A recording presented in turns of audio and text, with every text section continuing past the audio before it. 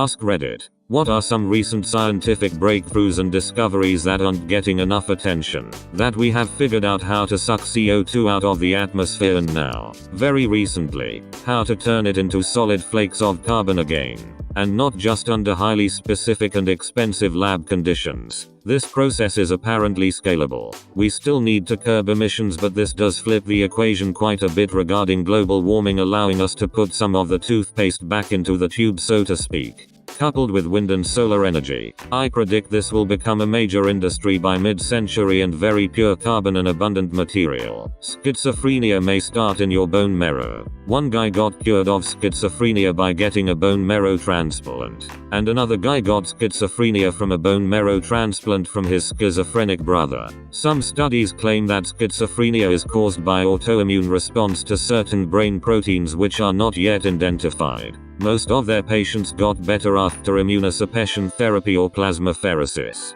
By changing bone marrow, you actually change person's blood cells, including the ones of the immune system. So that's probably the reason of reported schizophrenia in bone marrow transplantees. Science can regrow our teeth now. Source: not OP, but I remember hearing about this. I put the source in the description of this video.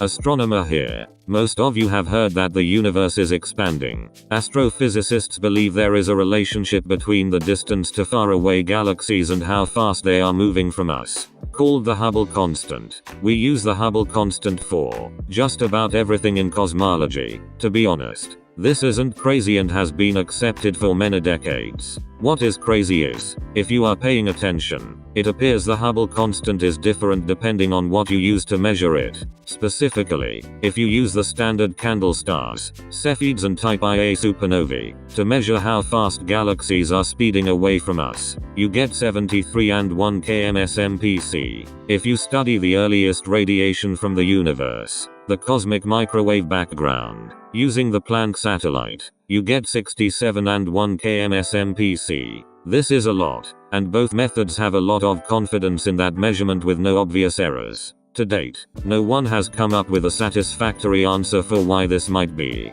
and in the past year or so it's actually a bit concerning. If they truly disagree, well, it frankly means there is some new, basic physics at play. Exciting stuff. It's just so neat that whenever you think you know how the universe works, it can throw these new curveballs at you from the most unexpected places. Edit. Some are asking if dark energy, which drives the acceleration of the universe, might cause the discrepancy. In short, no. You can read this article to learn more about what's going on, and this article can tell you about the expansion of the universe. In short, we see that the universe is now accelerating faster than we expect, even when accounting for dark energy. It's weird.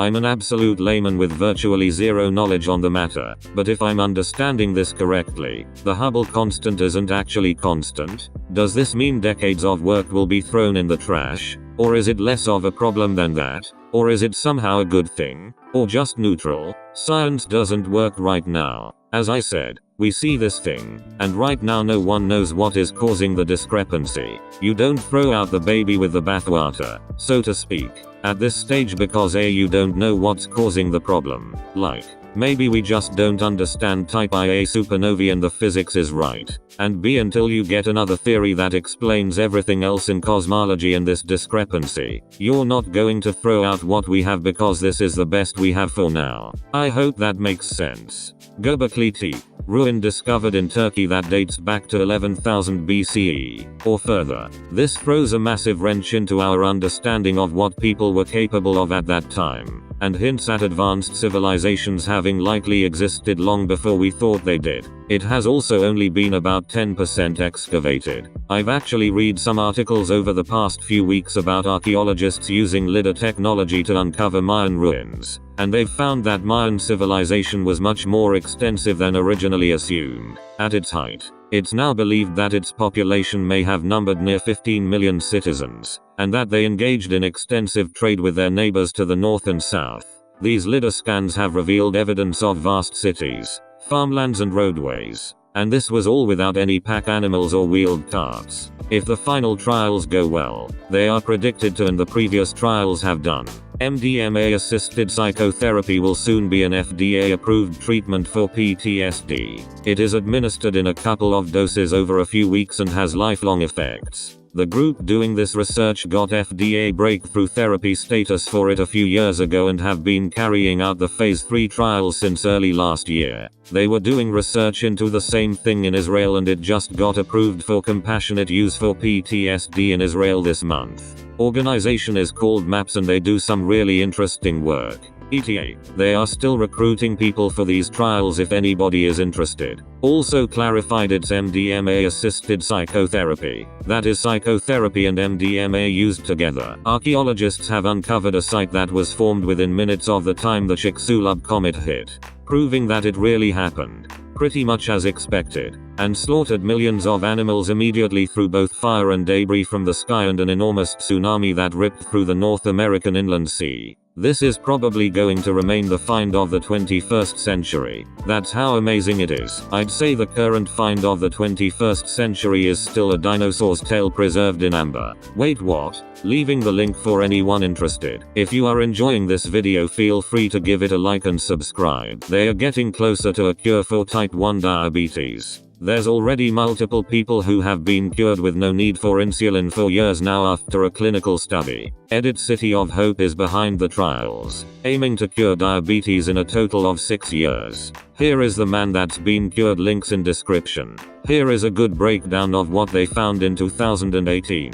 And this is the latest new on the study. Earlier this month, scientists were able to successfully weld glass and metal together using ultrafast laser pulses, on the order of picoseconds, which are such a short unit of time that compared to it, a full second might as well be 30,000 years. This hasn't been successfully done before due to the very different thermal properties of glass and metal. This is actually a pretty big breakthrough in manufacturing and could lead to stronger yet lighter materials. What would the applications be for such a material? You could have a wine glass with a knife as a handle, that'd be cool. Pretty recently they started doing tests for an extremely mobile skin grafting machine.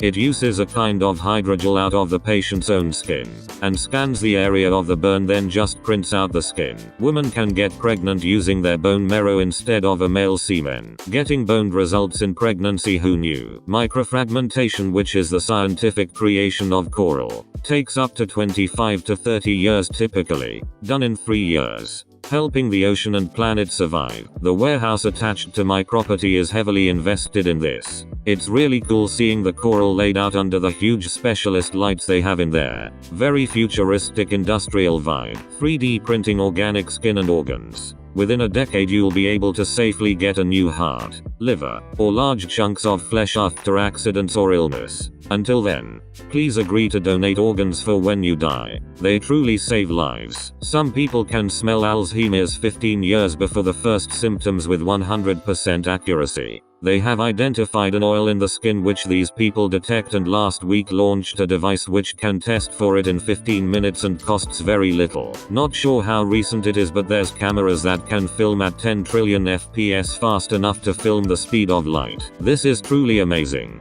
I wish this sort of thing is what we saw on the news.